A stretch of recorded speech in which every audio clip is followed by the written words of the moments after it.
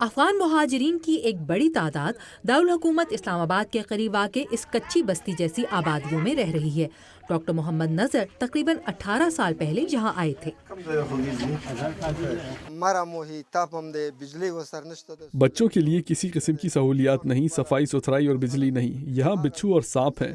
سر درد کے علاوہ کسی اور تکلیف کے لیے اسپتال جانا پڑتا ہے۔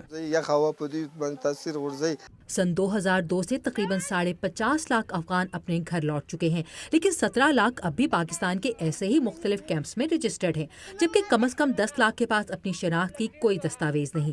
اس غیر سرکاری کیمپ میں حالات تشویشناک ہیں۔ ثنا گل 85 خاندانوں پر مشتمل ایک مہاجر کمیونٹی کے لیڈر ہیں۔ آئے روز پولیس ہم سے پیسے مانگتی ہے۔ ہم میں سے اکثر کے پاس شناختی کارڈ نہیں، اور اگر ہم انہیں پیسے نہ دیں تو ہمیں پولیس اسٹیشنز لے جا کر ملک بدر کرنے کی دھمکی دی جاتی ہے۔ وفاقی وزیر برائے ریاستی امور اور سرحدی علاقہ جات شوکت اللہ کہتے ہیں کہ 3 دہائیوں سے زیادہ عرصے سے افغان مہاجرین کی میزبانی کرنے والے پاکستان سے یہ توقع کرنا کہ وہ اپنے محدود وسائل کے ساتھ ان مہاجرین کا بوجھ مزید اٹھائے رکھے زیادتی ہے۔ یہ ہماری معیشت پر ایک بہت بڑا بوجھ ہے۔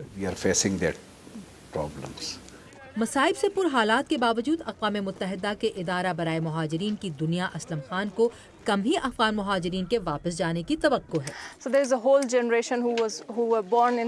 ان کی ایک پوری نسل پاکستان میں پلی بڑھی ہے، جس نے پاکستان کو ہی اپنے ملک کے طور پر دیکھا ہے۔ واپس نہ جانے کے خواہش مند افغانستان میں سیکیورٹی کی صورتحال کو واپس نہ جانے کی سب سے بڑی وجہ بتاتے ہیں۔ جلا وطنی کے 30 سالوں میں غلام سرور کی زندگی میں 10 بچوں، 3 پوتے پوتیوں اور یہاں رہنے کی وجوہات میں اضافہ ہوا۔ ہمارے پاس اور کوئی حل نہیں، ہمیں یہی رہنا ہے۔ ٹھیک ہے یہاں مسائل ہیں، لیکن افغانستان میں یہاں سے زیادہ مسائل ہیں، جیسے طالبان اور دہشت گردی۔ حکومت پاکستان اسٹوڈنٹس اور تاجروں سمیت ایسے لوگوں کے قیام کو بڑھانے کی کوشش کر رہی ہے جو انخلا سے سب سے زیادہ متاثر ہو سکتے ہیں۔